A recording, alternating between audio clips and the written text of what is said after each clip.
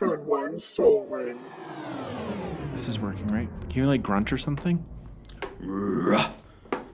Yeah, got it. All right, hello and welcome to another episode of Turn One Soul Ring, the podcast where we talk about all things Magic the Gathering. I'm Kevin. And I'm Eric. Now, we often have a segment on the show where we tell you what we're going to talk about. It's not really a segment, it's just something that we say. But we also have a segment where we talk about something new or noteworthy in the world of Magic. And today on the show, that is the entire show.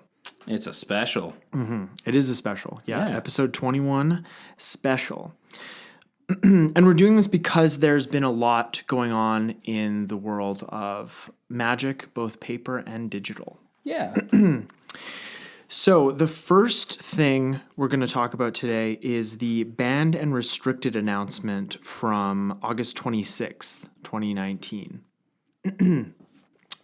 And there was standard unbanning, modern bannings and unbannings, and vintage restrictions because they never ban anything in vintage. Mm-hmm. It's just they're just too cool for that. So rampaging in standard. Not that probably anyone that's listening cares about standard, but in standard, There could be some. I'm just kidding. Yeah, I'm just kidding. I'm not ragging on standard, but rampaging Ferocidon was unbanned. So that's a card that's going to rotate out in just a few weeks. Yep. Rampaging Ferocidon was unbanned in Standard, and yeah, that's a card that's going to rotate out in just a few weeks. And Yep. and it was banned for, I don't remember when. I remember it getting banned, but I don't remember how long it had been in Standard when it was banned. It actually wasn't very long from what I remember. It was like, because it was printing the Ixalan set, and then it was banned not too long after. And, fun fact, the only card to ever be unbanned in Standard. Fun fact. Yeah. Yeah. First one. So I'm just going to read parts of the announcement as we go, and because I think that's just more succinct. So according to the announcement, we periodically review the banned and restricted list for cards we can remove that will positively impact a format. Rampaging Ferocidon was banned during Ixalan Year Standard in order to weaken aggressive red decks and provide more counterplay by blocking with creatures and gaining life. Since that time, aggressive red decks have become weaker in the metagame as stronger and more varied strategies have emerged. Two popular new Standard decks enabled by Core 2020's release are Scapeshift and Orzhov Vampires. Both decks seek to win by putting lots of small creatures onto the battlefield, and the Orzhov Vampires deck has many ways to gain life. Rampaging Ferocidon should give red aggressive strategies and other decks, like Jund Dinosaurs. Wow, Standard sounds really fun. As an additional option to fight Scapeshift and Orzhov Vampires. While we're generally happy with the health of the Standard metagame right now, we believe Rampaging Ferocidon will further improve the metagame's general balance and ability to self-control for the remaining Core Set 2020 Standard season, until rotation with the release of Throne of Eldraine. And then there's just some information about how it's going to work on MTG Arena. So right now on Arena, you can just play Standard unless there are special events. Is that correct? Yeah, like you can just hitting play, you can just play Standard. In ranked or unranked, just anytime you want. Okay. Play games. And like, do you think like this is have you seen its Rampaging Ferocidon see play since they made this? Since the unbanning, I actually haven't gotten much arena time, sadly. I played the Eldraine stuff, but that's about it. Okay. But I don't think that sadly. It's probably a good thing that you're doing something more constructive with your time. I try and stay up on Magic, you know. Oh yeah. But no, obviously. yeah, but I mean, this is unbanned for like a month. Mm-hmm. Yeah. Yeah, you know, maybe they just did it so they could say they unbanned a card in Standard. Maybe. For the first time ever. For the first time ever. Doesn't say anything about that in the announcement, though. I probably would have mentioned that. Yeah, right. I will say, like, Arena does have every single month they have a ranking system, so you can rank up per month from the start of the month to the end of the month. Yeah, Hearthstone works the same way. Yeah, just like Hearthstone, and then it'll reset and your rank goes down a little bit and stuff, blah, blah, blah. So I guess like for 1 month of Arena, you can play with Ferocidon. Yeah, obviously. I still personally feel like, who cares? Like, I'm sure this card will be played, but were we missing anything really? It's like, Was life gain such a was it shifting the meta so much Yeah. that this needed to happen, or that this is going to affect the metagame? They said that it's not going to affect the metagame, just make it a little bit more diverse. Exactly, yeah. And it's just like, I guess there's no problem with unbanning it, but if they didn't, I don't think anyone would have said anything. It's so weird just to unban a card for having it to be played for a month. Yeah. Yeah, like it's just so weird. Like, you could have said nothing and it would have had the same effect. Pretty much. So whoop-de-doo. That happens to me a lot throughout the day. Let me tell right. you. Not the things that I say. Yeah. Okay, let's move on to the modern bannings. Some more exciting stuff. So the first one up is Hogak Arisen Necropolis is banned. Goodbye. Since the release, this is just sort of a sordid tale. Since the release of Modern Horizons, graveyard decks using Hogak have had an enormous impact on the modern metagame. After early signs of the metagame being unable to self-correct, such as players adopting large amounts of main deck graveyard hate, and the Hogak deck still boasting high win rates, we restricted Bridge from Below to weaken the deck. I think they mean banned. Since then, the results of Mythic Championship 4 in Barcelona, several Grand Prix, and other tournaments have shown that Hogak continues to have a high win rate and a oppressive effect on the metagame. So basically, just a disproportionate amount of people are playing Hogak decks at these events. Yeah, like a large portion is playing it, but also the deck itself just has a very high win percentage, making it just, too powerful. Yeah, and anytime a deck becomes too prevalent in the metagame, that's when I think you have to start considering banning cards, because we want a relatively diverse metagame, and we want to have I would say anywhere between half a dozen to a dozen decks that are tier 1 and are playable in at least modern, right? I think that's the situation we're in right now. Yeah, I'd even want like more than just like a minimum of a dozen, and let's get it up there. Yeah. Just having like a more diverse play field, there's more to play against, and obviously the more diverse things are, the less stale things become. And of course, if we have Hogak, which is has such a high win rate, you go to a tournament, you want to win. It's like, well, this is the best deck, so I guess I'll play Hogak. And that's obviously what happened. That's what happened. What was happening, yeah. And then it starts to warp the meta around like if this were to continue, you would see a meta warp around a single deck, and that just becomes... So you're playing Hogak, or you're mainboarding a ton of graveyard hate to fight this deck. Right. Those are your options. And then you just stop playing. Yep. Right? And that's what we all want to avoid. I mean, Hasbro and Wizards of the Coast want to avoid that most of all. But they have this game where they want to keep making money. Yeah, they want to make money. Yeah. But we also want to keep, playing the game and making this show. So where was I? Coming out of this period of an unhealthy modern metagame, we want to avoid taking a half step like they did with Bridge from Below. Yeah. That once again leaves the metagame in a place where it can't self-correct. Over the past year, graveyard-based strategies have been occupying a large portion of the modern metagame, to the point where deck building diversity is being suppressed.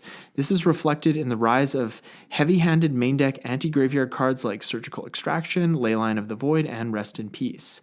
We'd like to shift gameplay a little bit away from the graveyard and back toward the hand and battlefield. Yeah, so Yeah. that makes sense, right? I think it's a good decision.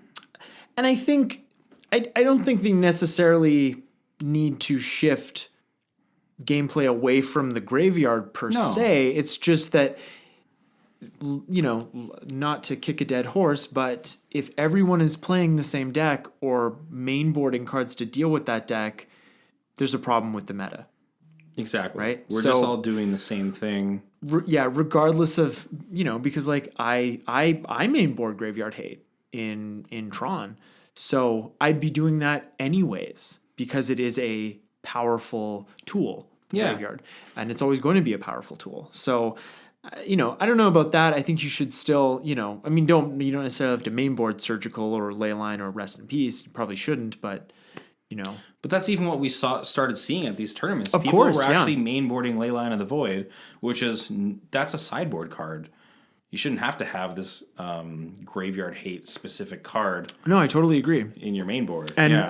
and part of the reason why I mainboard Relic is because it's a cantrip. It's a cantrip, so it's kind of like you have the graveyard hate there, but it still replaces itself. Yeah, of course. Like Leyline of the Void, Rest in Peace. That's a card you're playing. That's it.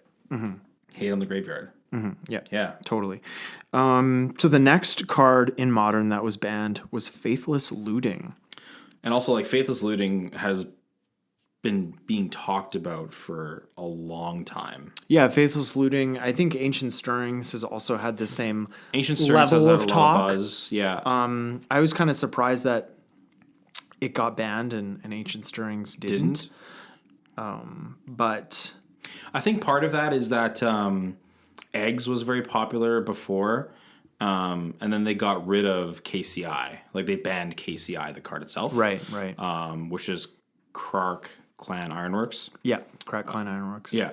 And I think after that, Eggs kind of went away, which Ancient Stirrings was very prevalent in. And now we have like what is it, Hardened Scales Affinity, and that Yeah, it's mainly like Hardened Scales, and I don't think the original Affinity used to run green at all, so I don't think they did. So it was like Hardened Scales and then Tron that used that card. So it's still a powerful card, but I don't think it's not really warping the meta at the moment.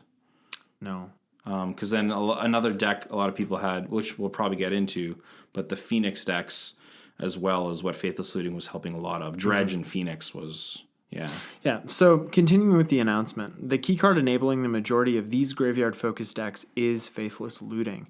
By our data gathered from Magic Online and tabletop tournament results over the past year, the winningest Modern deck, which I didn't know was a word, at any given point in time has usually been a Faithless Looting deck.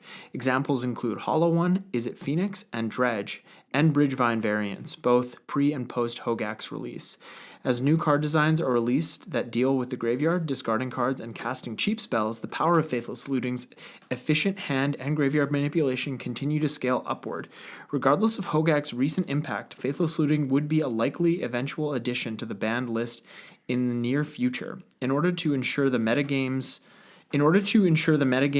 doesn't again revert to a Faithless Looting graveyard deck being dominant, we believe now is the correct time to make this change. For this same reason, we're choosing not to unban Bridge from Below at this time. Yeah, that was kind of. I was expecting an unban for Bridge, but I guess they just don't want to tempt fate. And I mean, I really like. Fair. Yeah, I really like that they're just like, we're just gonna kill this deck. Yeah. I did play decks with Faithless Looting that weren't really too graveyard based, and Faithless Looting really does help out even decks that like Mardu, where you're not really too worried about like exactly what's in your graveyard, and you're just trying to like go through your deck faster. But Faithless Looting does help out, like they were saying, those graveyard decks way too much, like Dredge, Phoenix. I forgot about Hollow One, but again, that deck was all pretty forgot crazy. about Hollow One. Yeah. So, even though I played Faithless Looting, I agree with the banning of Faithless Looting as well in the format. And what's great about the banning is it makes it cheaper for Pauper and Commander. Sure, yeah, totally. So it's still, I mean, obviously it's a fantastic card. That's why it got banned. Exactly. It's a great card. it's a great card. But yeah, I definitely do agree. And I think that's the thing that Ancient Stirrings doesn't have, right? It gives you that, well, it doesn't give you card advantage, but it lets you dig. Yes. But that's kind of where it ends. It doesn't give you extra value in the graveyard because you can flash back Faithless Looting. That's another thing that makes it so powerful. Yeah, Ancient Stirrings is a one-use card. You do get to dig 5 deep, which is a lot. It is a lot for 1 mana. But you're only getting one of those cards as well. Faithless Looting, draw 2 cards, and then discard 2 cards. You're getting 2 cards deeper in the deck. You're drawing more cards, and then you're putting in the graveyard what you want to be there for the 1 mana. And then, as you said, it has flashback as well. The card has so much value. Like, it's so good. What were they thinking? So the next Modern card is an unbanning. It's Stoneforge Mystic. Totally. A card that has never been legal in Modern up to this point. Was it banned from the get-go? It was banned from the get-go. Oh, I didn't even know that. I'm quite sure it was. Right. From when they had Extended and then they created Modern in Yeah. 2011. I believe so. Correct me if I'm wrong. I'm sure you will. But yeah, it was because of in Standard there was Cawblade, as they called it, which had That had Jace and Stoneforge Mystic. Jace, Stoneforge Mystic, and then the birds, and you just got The golden years. the swords out of your deck, attach them to the birds, and just swing in there. So yeah. But anyways, And I would love to go back in time and just like play in certain standard metas. Like that would be a great moneymaker for Arena, is to make like standard seasons available, and you can buy packs from those sets and you can play those sets like Urza's Saga Standard before they did all the bannings. be interesting. That'd be fun. Really cool. Be super broken, but very fun. A very limited video thing as well is what Goldfish did. Seth and he played against someone else. Otherwise known as Saffron Olive. Sure, You have to say that. But they have a couple episodes where they go back in time. I think it's called like the GOAT series, so greatest of all time. And they go back to certain points in time, and they'll play decks with cards that are now banned. And it's really cool just to see these. They'll play like a deck with banned cards from back then against like a popular deck now or something like that, and just see how they play against each other. It's really cool. That would be really fun. And with the digital platform, you can just do that. You can just do that. And it costs you like not a ton, and then you're making people pay for this digital product. That's what's insane to me about these digital card games, is that it's just you're buying nothing. Right? You're buying digital information Right. stored on. Like you're buying entertainment and you know, you could play with the decks. Value. Of course, there is Yeah. value, but like intrinsically, you're buying nothing that has any value. Like, and less value than like, you know, buying I was gonna say like a sock or something, but you know, it's like a plastic bag for 5 cents has more value. Does it though? It has more intrinsic value than a digital card. Yes. I would say yes. Like we can, you know, we can agree to disagree on that. But anyways, I'm going off on a bit of a tangent here. We're trying to do a show. So the announcement continues talking about Stoneforge Mystic. Knowing that these changes will already shake up the metagame, we consider this a good time to review cards currently on the ban list. Just as was our philosophy in unbanning Jace the Mind Sculptor and Bloodbraid Elf last year, we recognize that over time the power level of Modern increases naturally as the card pool grows. Cards that were added to the ban list on pure power level may now be more appropriate in context of a more powerful metagame. We believe the Modern metagame and power level are in a place where Stoneforge Mystic is now an appropriate inclusion in the card pool. The danger in reintroducing Stoneforge Mystic, and the reason it's remained on the ban list up until this point, is that it's at its strongest against straightforward decks that play to the battlefield. While we think it's unlikely, there is a scenario where Stoneforge Mystic could come to suppress this type of gameplay, in which case we would re-examine its legality, similar to Golgari Grave Troll's history in Modern. Instead, our hope is that as gameplay becomes less graveyard-focused, really want it to become less graveyard focused, eh? Stoneforge Mystic serves as an enticing draw for decks to refocus toward the battlefield, creature combat, and card advantage. Yeah. Nice. I think just like straight up though, Stoneforge Mystic with the current meta is still a slower card. Oh, yeah, I totally agree. It doesn't have haste. No. You can't even like you play it, you get to tutor your card out, but you still can't. I guess I'll wait. Yeah. Yeah. So I'm fine with this. Because it tutors to the hand, right? It tutors to the hand. Yeah. That's not great. No. This I feel like has been like a long time coming. It's been in talks before. There was a while back, like I think Stoneforge Mystic Canadian was around like $23-24. And there was just like a lot of people talking online. I think it was going to get unbanned, and like there were a bunch of buyouts that happened, and the price it sort went of up to like fluctuated 50, a lot. $60 or like something. every time a banned Yeah. restricted announcement would show up, like it would fluctuate. It fluctuates, yeah. People are like it's going to get unbanned, and then it doesn't. And so yeah, I just feel like this was a long time coming, and it's fine to have in the format. And it's see some other decks pop up for sure. And like it's always been a good commander card. So like commander players, I hope you picked yours up long before this happened. I know I did. So I ended up getting rid of mine. Oh no! Well, it's really good in like SRAM and sure, like not like not Enchantress, but it is good in like any deck where it is a super powerful effect. It is. It's a really powerful effect. It's a really good card. Definitely a really good card Magic. And if you can blink it. Oh, yeah. Very spicy. I have some Goifs now, though, so. Woo. That's what it's all about. All about the Goif. So let's move on to the Vintage, which, we're going to be honest right now. Eric and I don't know a lot about Vintage. We don't play Legacy, we don't play Vintage, and we don't I've watched some I'd love stuff, to, but I love Pauper, which is like Legacy Light. Sure, Diet Legacy, but, that's sort of... It's like 2% of the cost of a Legacy deck. Yeah, I'm not made of Legacy, you know what I mean? Yeah. Or Vintage, for that matter. I would definitely really like to start playing Legacy. Maybe not Vintage as much, but Legacy seems really like a fun... But it's still those dual lands is really what hits you hard. Oh, yeah, the land base. But isn't that always the way? It's always the lands, right? A lot of the times, yeah. It's like... Yeah. You need lands to play your mana base, and because we have that... reserve list... Yeah, the dual lands are on. So right, but that's a whole other the thing. thing about the reserve list though is you could reprint all those cards and make them functional reprints, but they're not the same cards. You could change their names, and you don't even have to go any further than that, and just make the same cards and print them in a supplemental set that is only legal in certain formats, like they did with Modern Horizons or any other supplemental set. Different named card. But the it's other cards, it's the same thing. Brown Lotus. But you'll... Okay, I don't think we should go that far, but... That's a powerful card. So, yeah, you can... they could do that, and they're choosing not to. And they're not... And even if they did reprint their reserve list cards, those new cards...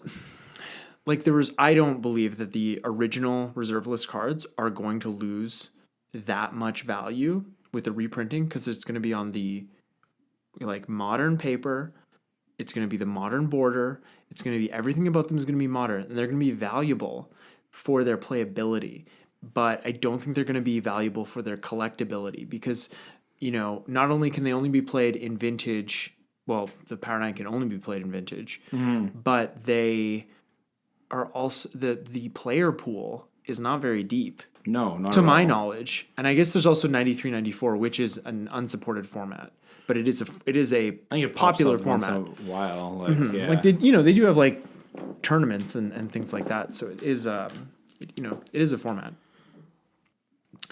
But anyways, the Vintage cards.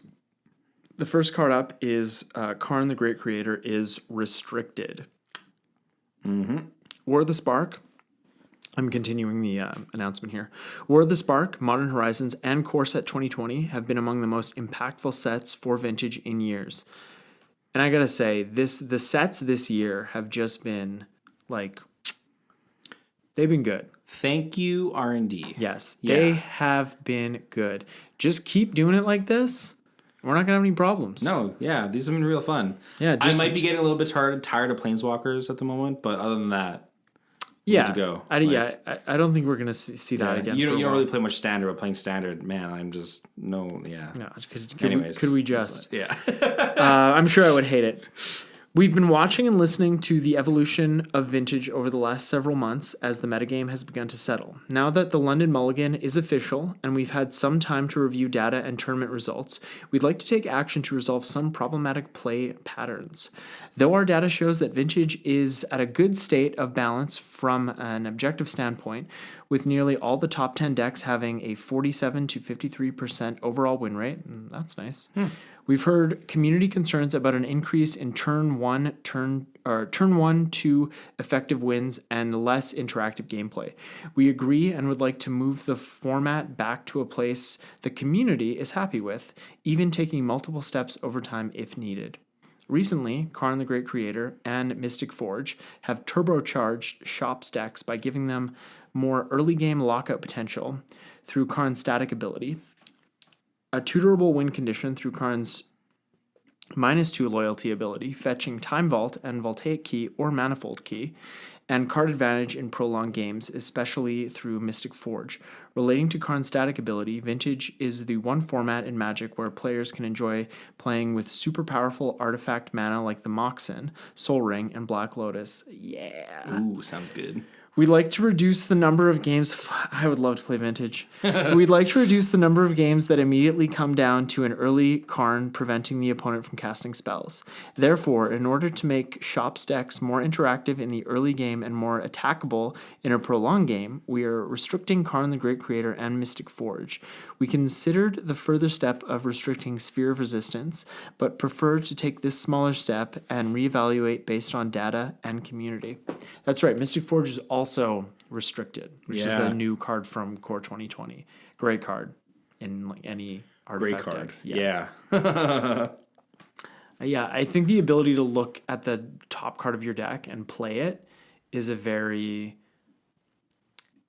it's underrated, but it's strange because it's so powerful. To me, it's so powerful, right? Because that's another card you have access to, and that could be multiple cards, right? If you can keep playing cards, if they meet the criteria. Exactly, but it's like if you do hit that, you can play like, I'm sure in Vintage, like play 10 cards in a turn. Like, yeah, with all the moxes and stuff like that. Yeah, for sure. You're like, oh, free mox. Oh, free mox. Oh, Black Lotus, more mana, playing other shit.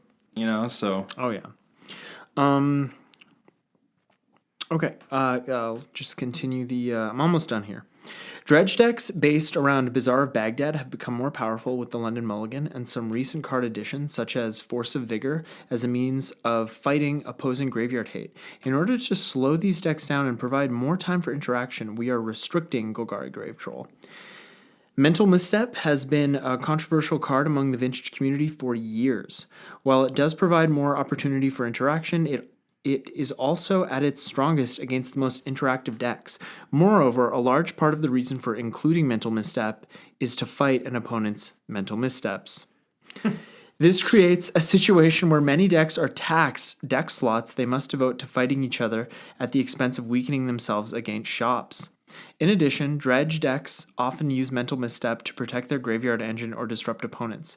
We believe that restricting Mental Misstep will open up more deck building diversity, strengthen interactive decks matchups against shops, and weaken dredge. Mental Misstep is banned in Modern, right? Yes. Because it's just so good.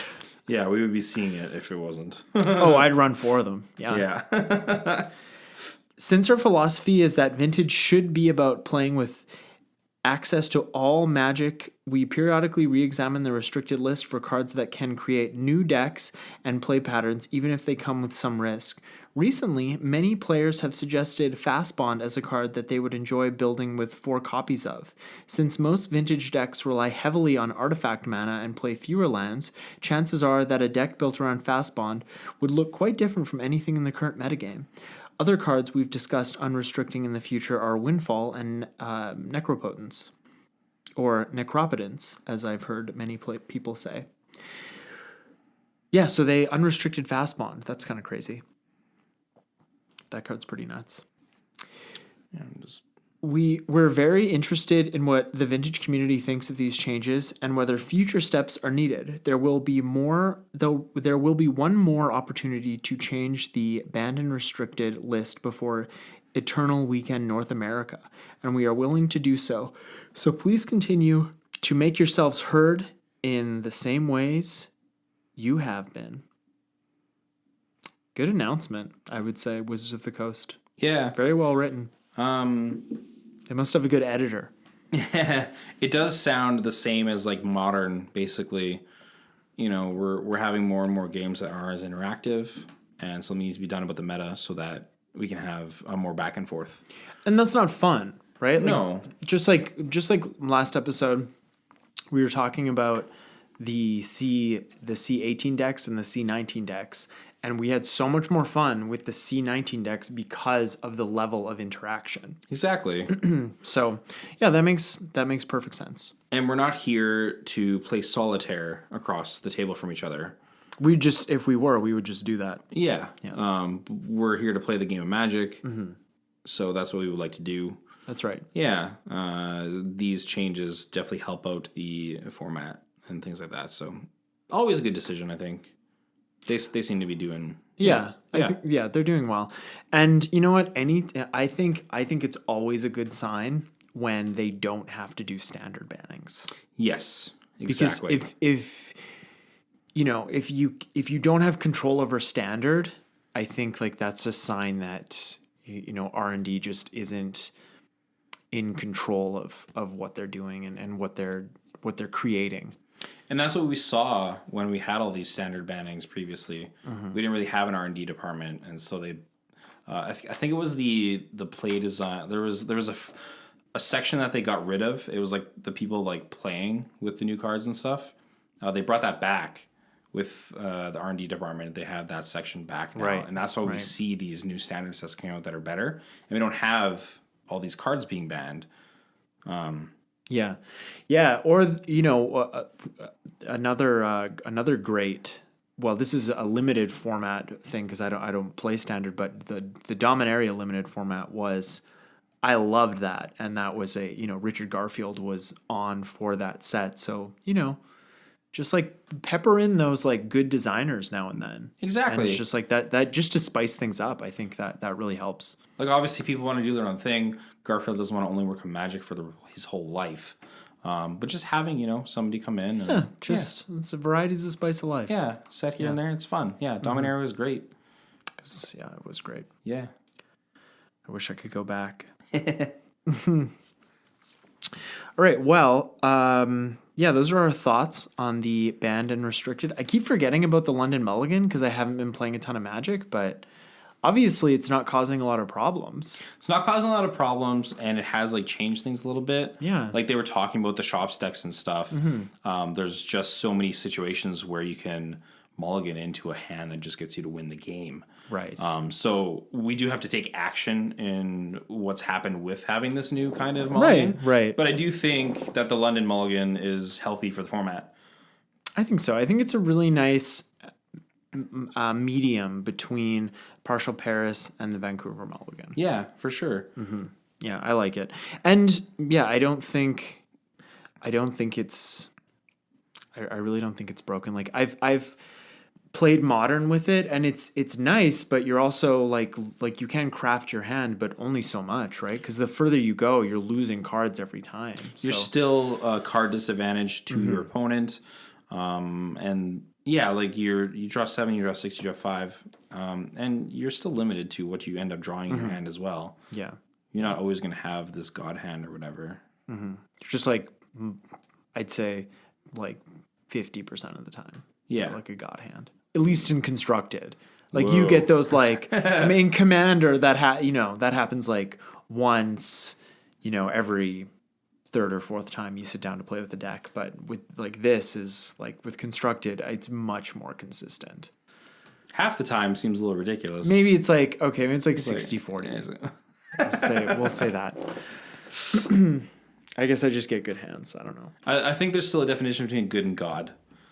Right, God. I guess I just get like God, like and in You don't have modern good you're hands, not but like getting a- hands that like you're winning on turn 1 or turn 2, but you do get those hands where it's just like I got natural Tron, like that happens to me. Natural Tron is like a turn 1 Soul Ring. Not to plug the show, but you're already listening to it.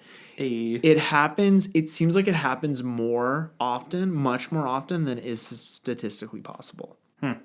To me, anyways, or I see it happen. At least the turn 1 Soul Ring, but the natural Tron in a deck where you have 4 of each, like that happens a lot. That happens a lot to me, anyways. I still find I have to work for it a lot more often than not, but Maybe you just play more modern than me. maybe. Yeah. Also, I heart of the cards it. You have to believe. If you believe in yourself and your friends, Put a little bit of Yu-Gi-Oh in there anything is with possible. your Magic. Yeah, just a little Yeah, bit. just I'm a a little fan bit. of the show. I just never played the game. Yeah. I love the show. Okay, should we move on to the Magic Arena changes? Yeah, I don't have anything else to talk about with the ban restricted, so. Yeah, so this is, as you guys know, ladies and gentlemen, I'm not allowed to play Magic Arena So Eric's kind of gonna carry me on this. We'll still have a back and forth and stuff, but yeah. Oh, of course. Yeah, I'm kidding. Yeah. But we'll do our best with you not being able to play. So lots of changes are coming to Magic Arena. As we know, because we have a new set coming out. This is the first time rotation is hitting Magic Arena as your card pool isn't going away. So I was playing Arena back with closed alpha. This was when we had Kaladesh cards and stuff in there. Right. They did reset card pools and stuff, so I had a bunch of cards that I just lost. Right. But they reimburse you for any money spent and stuff like that. Right. But this is the first time they're like, well, we have to create a new format, obviously, because we want to be able to use all these cards. So they're still in beta, right? Technically, they're still in beta. But they just might just leave it and just say hopefully they have like we're done official launch, but yeah. That's, I can't remember if I think Hearthstone did get an official launch. Like they did a whole event and things stuff for it. So yeah. I wasn't playing then, but yes. Yeah, they did. So anyways, MTG Arena rotation is coming. So they're going to be holding some events to support the rotation coming. 2020 play events, meaning play mode will have the old sets rotated out already. So playing in this mode, you'll play with Ravnica. The Ravnica Allegiance? Is that the first one? Guilds of Ravnica Allegiance. That's the order, yeah. Core 2020. So Guilds of Ravnica and on. And Throne of Eldraine. It's just the 4 sets, right? Is there something this is before Throne comes out. So what they're doing is you're going to play with these sets. They're going to take out the Ixalan up to Core 2019.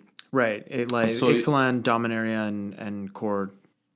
Core Ixalan, Rivals Ixalan, Core, and Dominaria. Right. So this play mode you won't be playing with those cards. You'll just be playing with what's currently will be in the next standard, and Throne's not here yet. So you can kind of craft decks in preparation to have Throne cards in there as well, and not have to worry about these old cards. Mm-hmm. And so to support this play event, you will, every 2 consecutive wins, you'll get 200 experience. And that's how you level up your rank in a season, right? So this experience actually doesn't have to do with rank.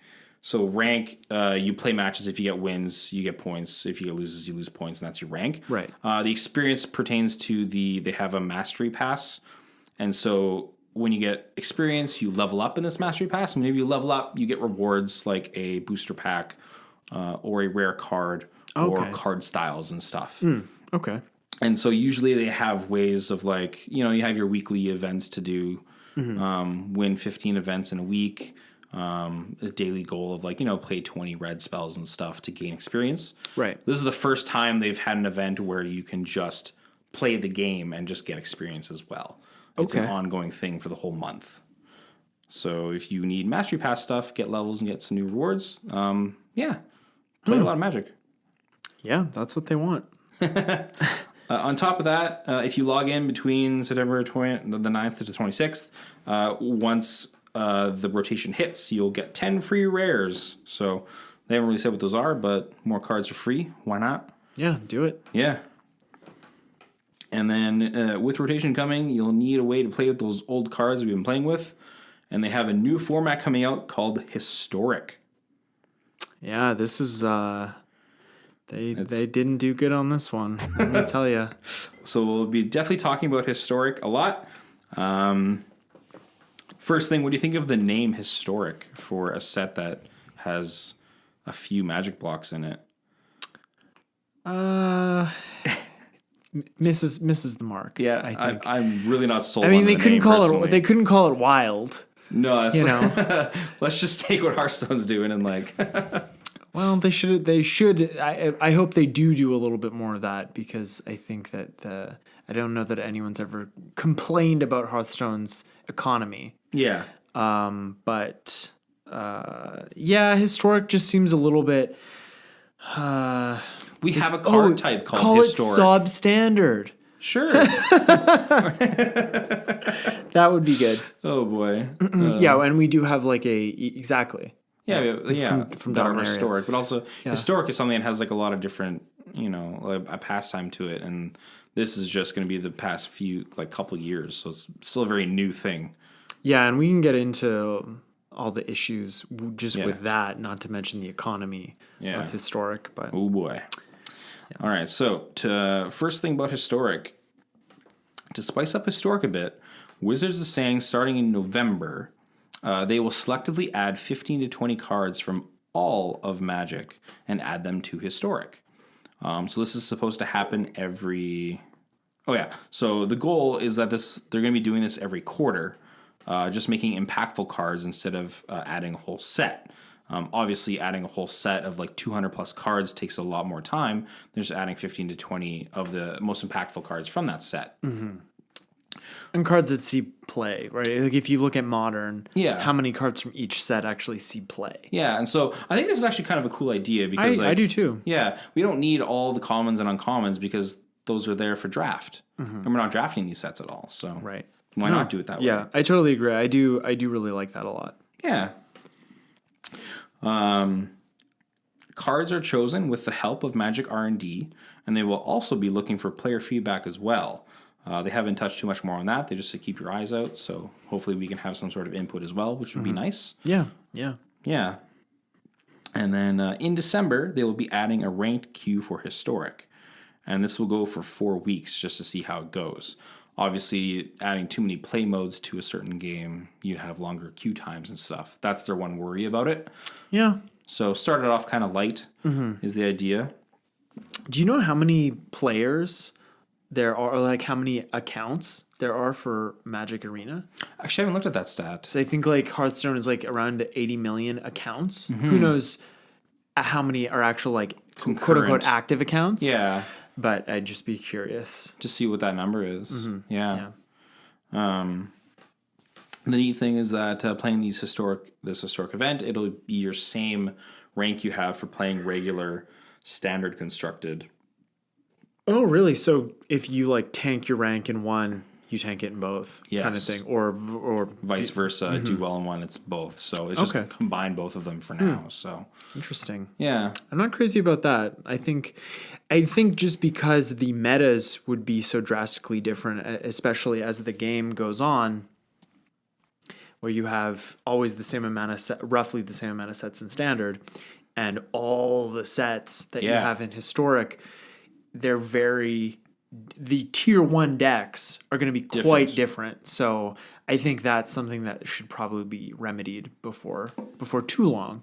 But anyways, I think that's actually a really good point. Yeah. It's because where we are right now, there's not too much of a difference. Who cares? Right. But in a year or two, when they're adding these 15 to 20 different cards into the format and other sets are still staying. And none of those 15 to 20 cards are legal in standard. Correct. Yeah, they're going to be just... So I think they should be separate definitely down the future.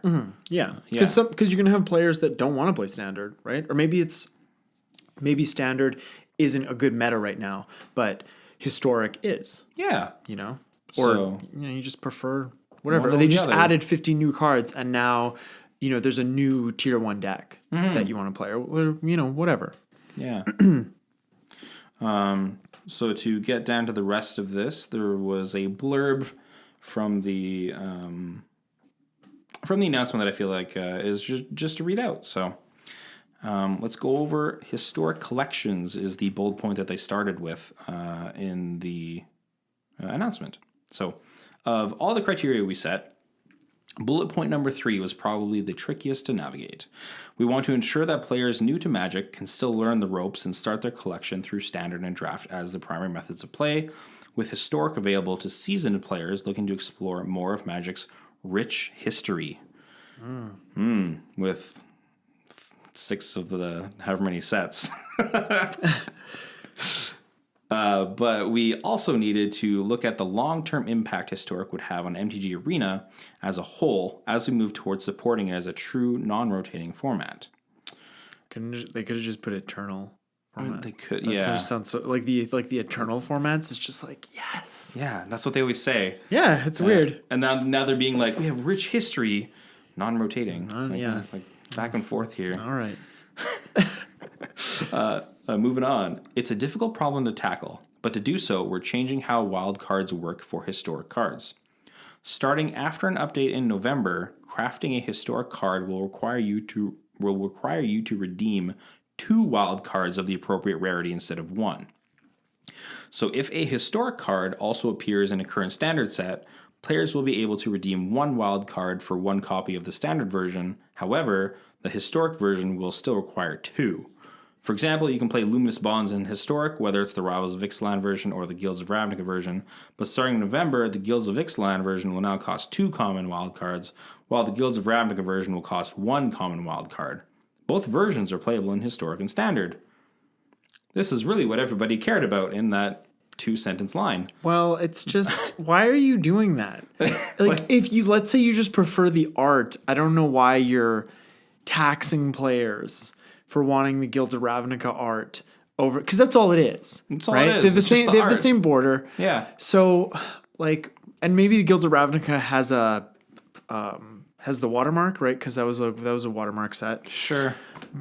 But that just seems, it just seems unnecessary. A little bit unnecessary. But anyways, continue. Yeah, we will definitely get to this. Yeah. So to give players some lead time on the transition, we're not going to make this change until November, giving players time to craft any historic cards at the current 1-to-1 rate. Get your Teferis now. No kidding. And while historic sets are currently still available for purchase in the store, we plan to limit historic sets to the 45-pack bundle. Historically, no pun intended, this tended to be the most popular pack bundle for players looking to expand their collection. This will go into effect starting on September 26th. Limited historic events will be available from time to time for players who prefer drafting as a way to expand their collection. We will have more information on entry price for historic drafts later on. Historic cards and booster packs will continue to offer duplicate protection and contribute to vault progress the same way the standard sets do. I feel like if they're going to do this, well, they're going to do it. It's happening. That if you buy historic packs, and my understanding of the economy of Magic Arena, if you buy historic packs and you open up a wild card, you should be able to take that historic wild card and use it to craft wild cards of the same rarity at a 1-to-1 rate. Yeah. If they're going to do this, like there's a couple things in there that's even unexplained. Like if we're drafting these historics, that's cool that we're going to get to do that. Mm-hmm. But again, if we're opening these older packs, now are we going to have 2 currencies of wild cards as well? Or are the wild cards we're getting just now less worthless in this more expensive pack we're buying? that's unclear. It's unclear as well. It's like, what are you doing? So a couple things on, since you don't play Arena. Yeah, I'm glad that you did this. You laid out like the gems and the pack bundles. Yeah, so since Kevin doesn't play Arena, and then also we may have listeners that don't as well. Yeah. Just to break things down, then we'll talk about a little bit more after I go over this a little bit. So they talked about pack bundles. So how Arena works is there's 2 currencies. Gold you get from playing, and you just get gold, and you can use that to buy packs. 1 pack is 1,000 gold, and you can also use it to enter drafts. And then the gems you can earn from doing drafts, but also by paying for them. So 750 gems is $5, 1,600 is $10, 3,400 is $20, 9,200 is $50, and 20,000 is $100. These are all U.S. prices. Right. Yeah, so for us Canadians, if we buy something, it'll get converted at the time. Mm-hmm. I'm not sure how. I don't know if they've converted it for Europe or anything like that. I think they're just, since they're in beta, U.S. prices, deal with the conversion yourself. Right. Much. But I imagine like if you use like PayPal or something like that, it's going to tell you what the Canadian price is, because that's the way it is in Hearthstone. It's an American price, and then when you do the purchase, it takes you to PayPal, and then it gives you the CAD for it, or wherever you live. Yes, yeah. So, I mentioned drafts and stuff. So playing a ranked draft, which is best of 1, so there's no sideboards and stuff. One round, you're done. Oh, wow. Is 5,000 coins or 750 gems. 7 wins gets you 950 gems. So you can actually use your coins to get a bunch of gems. And you do get 2 packs out of that. Down from that, 5 wins is 650 gems, with 6 wins being 850 gems. And all all wins is 1 pack with a higher chance of a bonus pack until the 7 wins, which is for sure the 2 packs. Okay. Traditional draft, which you can only play with gems, is best of 3. Right. So this is where you have sideboards and stuff. But once you get 2 losses, you're done. Compared to ranked draft, where once you get 3 losses, you're done. So less losses, but you have sideboards and stuff. With these guys, 5 wins gets you 2,100 gems and 6 packs. With going from the bottom up, 2 wins is 800 gems and 3 packs. 3 wins is 1,500 gems with 4 packs, and 4 wins is 1,800 gems with 5 packs. So playing traditional draft, you can really keep going a lot, and you do get a lot of packs for wins. Yeah, you can be an infinite player. Totally. As they say. And that's the best way to expand your collection. It is. And it does show you, like, paying 1,500 gems. Once you hit 3 wins, you've already paid for another draft. Yeah. That's sort of that's your break-even point. That's your break-even point. You can still go past there, getting even more packs and stuff. Right. And paying for the draft, the packs that you do draft, you do get those cards, just like in physical paper as well. Yeah, that is nice. Yeah. Yeah, that's the thing about Arena in Hearthstone that I've never really enjoyed. You know, Arena is like, I don't know, it's like around $2, or you do it with gold, but you don't get to keep any of the cards. It's 150 gold from what I remember. It is. I would be comfortable with them increasing the price if you got to keep the cards. Yeah, that'd be great. I think that's all they would have to do. Because then there's also some incentive to, like, do I want this card because I want it for my collection, or do I want this card because it's good for my current deck? Because normally in Arena, it's just what you're drafting for your deck, because you're not going to get to keep these cards. Yeah. So I think that could be, and you could even do like a 2-tier system. Yeah, exactly. Where you do like it's like how they do on Magic Online, how they do the Phantom drafts, right? They're cheaper, but you don't get to keep the cards. Yeah. Why not do something like that? Yeah. Yeah. People would pay. It would be. Past the gaining gems and gold from drafts, talking about wild cards and stuff. For every 6 packs of cards you open, you will get a rare wild card. You're guaranteed to get a rare? Guaranteed, yeah. You have a little ticker in the top corner, and it shows you you've opened like 3 of the 6 for this next rare wild card or something like that. Okay, but you can get more. Yes. Right? Okay. You can still open them randomly in packs as well on top of that. Right. So you have the for sure time ticker, but you also have the chance of getting them randomly. Oh, okay. And then for every 4th go around, which after a total of 24 packs, you will get a rare mythic wild card. Okay. On top of your bonus random chance of getting them. Yeah, if only it worked that way in real life. Hey? Oh, man, that's like, sweet. It's like random packs. It's like, okay, I'm due for a mythic. Yeah. Don't be a bad one. I'll pick that one. And then, yeah. So talking about these are all the ways to, like, get currency in Arena.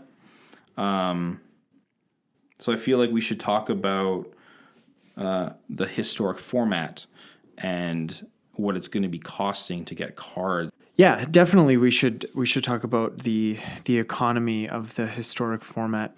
I think there's 2 main problems with the historic format, and the first problem, and I think it's the bigger problem, is the one that the Frontier had. Okay. Where there are too few sets, and the metagame is not able to be diverse enough. I think that's the bigger problem. Mm-hmm. The other problem is obviously the financial barrier to entry. Because the thing about these games is you start playing in the standard meta when you start, right? Yes. Like when I started playing Hearthstone, I started playing standard. So I don't think you need to incentivize players. I don't think you need to incentivize new players to play standard any more than you need to incentivize them to play the game. Totally. And when the first rotation happens, most of us have experienced this, it does not feel good. No. And you want to keep playing with the cards and the decks that you've gotten used to and grown to love. So you play wild, or you play historic, or you play in the terms of paper Magic, like, okay, I'm just going to play modern then because my cards don't rotate. And I think you don't need to make the cards cost more to play Historic, especially because, like I said before, it's not going to be a very good format right off the bat. So do you really want to make it even less appealing to players by making the cards cost twice as much? Twice as much. And again, I think, going back to Hearthstone, is their economy works really well because each card, the rarity is always what it costs to craft. Like a common is 40 dust to craft. A rare is 100 dust to craft. An epic is 400 dust to craft. And a legendary is 600 dust to craft. Whether it's 1600. Yeah. Oh, if it's 600, that'd be nice. Oh, sweet. Whether it's from Goblins and Gnomes or whether it's from Saviors of Uldum, it's same price. That's what it costs. And I think that economy is part of what's made Hearthstone so successful these past 5 years. And it just seems kind of, I don't understand why a company like Wizards of the Coast, they have this model that's worked really well and a game that is the best game. Yeah. No one's sitting here saying that Magic is a bad game. Magic is the best game. I think that's how we both feel. But it's just just take that economy, because they're using a closed economy. So they're almost there, but this crafting and dusting, for lack of a better term, it's not, people are not happy with it. I don't even play the game and I'm not happy about it. Yeah. And they have rectified things as well. Like whenever you, if you're doing a draft and you get a rare that you already have 4 of, you get 20 gems for it. Okay. Which is a little bit. I don't think it's as good as the dusting, but it's still at least something. Right, because you can't just dust your whole set. You can't either. So it's like, if you have a play set of a rare you're never going to play, you're like, well, I have that rare. I do have nightmares of somebody getting hold of my Hearthstone account and dusting everything and making a bunch of gold, what's a bad legendary? I don't know. I can't think of What's that one that makes your turn 15 seconds? Oh, Norzdamu. Yeah. Yeah. Who cares? Make a bunch of gold Norzdamus. Yeah. Yeah. So with Magic Arena, you don't have to worry about that corner case, right? Someone's going to take control of your account and just dust everything. Your life is over. But I think that too is I've always had a problem with that you can't just, if you want to make a tier 1 deck and you have all these draft chaff cards, you can't just common. Yeah. It's also so weird too, because with paper Magic, we can trade with people and we can go to a store, sell our cards, and get the cards we want to do. You can't do that with Magic Arena. Well, you just have to keep opening packs till you get the cards you really want. Well, but I don't think that would work either. Doing a full open economy, I don't want to point it to doing money, right? But I'm still pointing it as Hearthstone has dusting. Yes. Why does Magic Arena have a dust system? I agree. Yeah. Because with paper, we are able to take the cards we don't want, turn them into a form of currency, right, and get the cards we want. Yeah, and you can take your bulk. Yeah. To an LGS, and they will give you a rate. Exactly. So you can do that. Yeah, I think that's sort of I think long term that isn't the best idea. Because certain people like to play certain kinds of cards. Or certain people only want to play standards. So when a rotation happens, they just want to dust everything. There are Hearthstone players that do that. But with Magic Arena, you can't do that. You're just going to have those cards forever for no reason at all. Yeah, or you can play Historic. Because you can play Historic. That being said, I play a lot of Wild in Hearthstone, and I love it because you can play all these broken cards. Yeah. But it's not. It's going to take a while for Magic Arena Historic to get format. To where exactly. Yeah. So. And then also making that format more expensive right out of the gate. That's a mistake. don't do that. That's I do even have to say that, like, playing Arena with my wild cards, I have as many rare wild cards as I pretty much do rare mythic wild cards. Because you usually don't need a bunch of play sets of the mythic wild cards. Right. It's the rares that you play a lot of. So if you need a play set of a rare card in historic, you need to use up 8 of your rare cards. Yeah. And there could be decks that have 20 rares. That's 40 rare wild. That just... Well, yeah, think about a modern deck. Yeah. Right? Yeah. And I'm wondering if Magic is looking at the paper world and being like, if you play standard and then go to modern, the modern decks are a lot more expensive than what the standard decks are. So that's how we're going to make our digital format. Yeah, but not long term. No. Because modern is an initial investment, and you need to pay more for a deck. Like, you need to pay, let's say, like $1,000 for a deck, whereas a standard deck is like $300. But if you're doing that every 3 months, it becomes that adds pricey. up. But with modern it's $1,000 and once. You're in. You have that deck that's going to work. So and with historic, they're going to keep releasing more cards that you're going to keep needing to buy into. Because how else are you going to get those cards? You can't open them in packs. Yeah. Yeah. So it's going to be this format you have to keep spending money on still. And it's going to be twice as expensive in a way. I think that's... I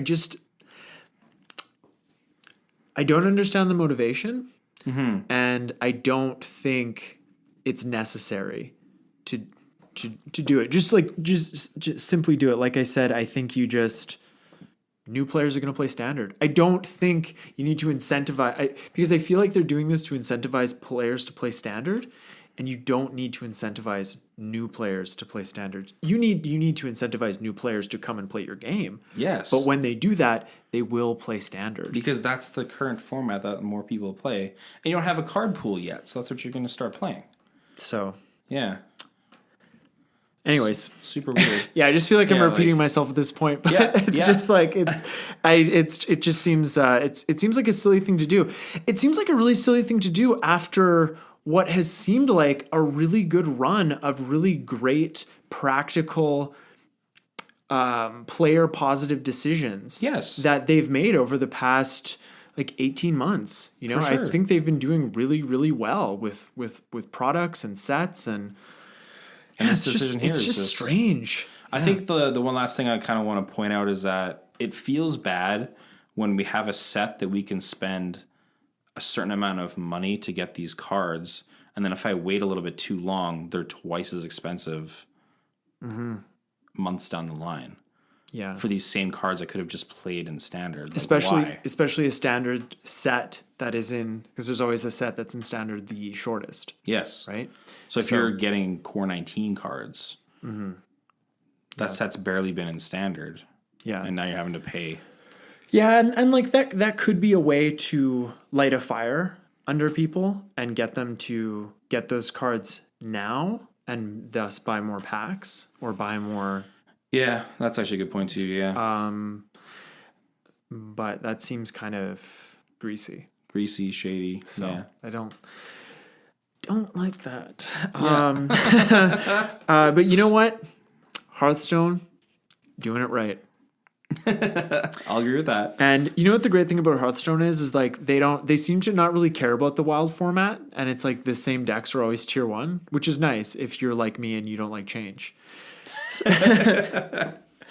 But yeah, I get, we'll just see what happens. And I really hope that, I think we all want Magic Arena to be successful. So successful that they allow Mac users to play. That'd be great. That's what I want. Yeah. I want more players onto the game. Of course. Yeah. And they make more money and everybody wins. Yeah. Except us, because like it's, we get wall of fatigue. Yeah. But that's true. That's just the way it goes. Well, we're going to wrap it up for today, but we really hope you guys enjoyed this news heavy episode. Just me and Kevin rambling back and forth. Yeah, we hope it wasn't too painful, or that we didn't. I try not to repeat myself too many times. But definitely, since this is the first time we've been doing like a news style episode, I think if you guys want to let us know what you think about this kind of episode. Yeah, this kind of platform. Yeah, if you're like, no, don't like it, never do it again. Like, well, we listen. We listen. Yeah. Yeah. Just like we hope Wizards of the Coast will listen to The more voices that are out Yeah. there, hopefully they're like, all right, let's not make it 2-1. Yeah. It's like, oh, it's a bad decision. Yeah. So like we said on the last episode, we're going to be back next week to start our series on our standard set review of Throne of Eldraine. We're going to have Riley on. He plays a lot of limited. So we're going to speak to that a bit more than we normally do. But I think we always, we always know if a card's going to be good in limited, or at least we speculate. Yeah, I think he plays the most limited out of us, but he still plays like a lot of commander and standard on arena as well. So he plays a lot of arena, so that should also be fun to have someone to speak to about that. Yeah. And as usual, if you want to get in touch with us, you can find us at Turn One Soul Ring the podcast at gmail.com, on Instagram at Turn One Soul Ring _ the podcast, and you can follow me on Instagram at Command Beacon. We're still doing our September giveaway, as it's still September, I'm pretty sure at this point. Yes.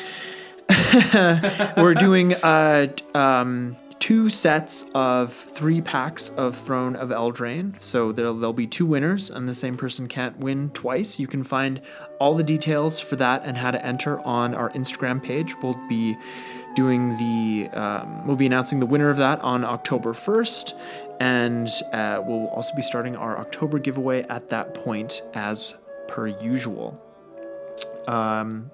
You know where to find us, but you're probably listening to this on Apple Podcasts, Google Play, SoundCloud, or Spotify.